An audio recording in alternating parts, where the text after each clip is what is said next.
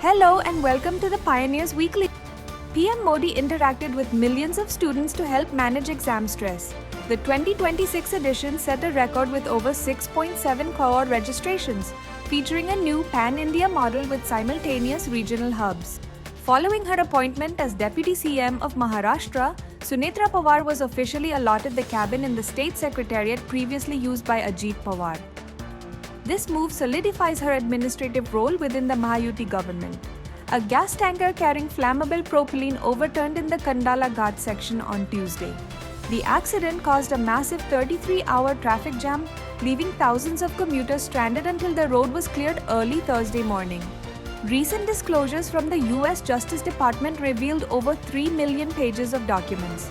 Lawmakers are now preparing for a deep dive review starting February 10 as the files continue to implicate high-profile figures in behind-the-scenes advising. Royal Challengers Bengaluru (RCB) were crowned champions of the 2026 Women's Premier League. They defeated Delhi Capitals in a thrilling final at the Vadodara Stadium, with Smriti Mandhana leading the charge. The West Bengal CM asserted in the assembly that her government is ready to provide land for border fencing.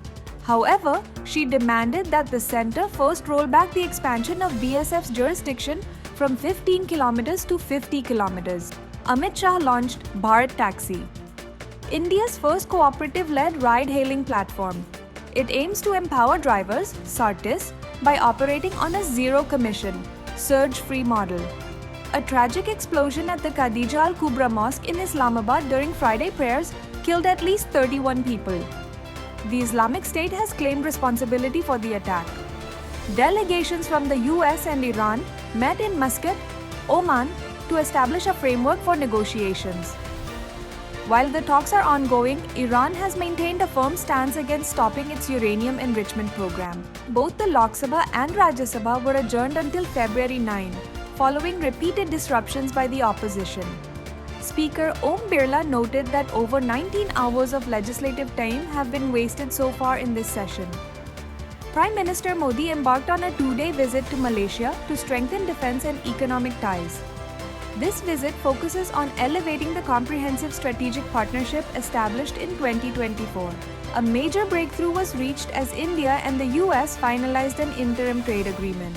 Under the deal, the US will reduce reciprocal tariffs on Indian exports to 18%, opening up massive market access for Indian textiles and pharmaceuticals. The 10th edition of the tournament began today in Sri Lanka and India. While the action started with Pakistan versus Netherlands, diplomatic tensions remain high as Pakistan has threatened to boycott their scheduled match against India on February 15. Drivers for Ola, Uber and Rapido went on a nationwide strike today. They are protesting the financial burden of mandatory panic button installations and the growth of illegal bike taxis. Overall, the week captured the moments of intense churn. Governance and diplomacy moved in parallel with public unrest. Global security anxieties deepened and major economic and sporting milestones offered brief relief. From classrooms to parliament, highways to international negotiating tables, the headlines reflected a balancing act between stability and disruption, underscoring how political decisions, global tensions, and people's everyday lives remain tightly intertwined.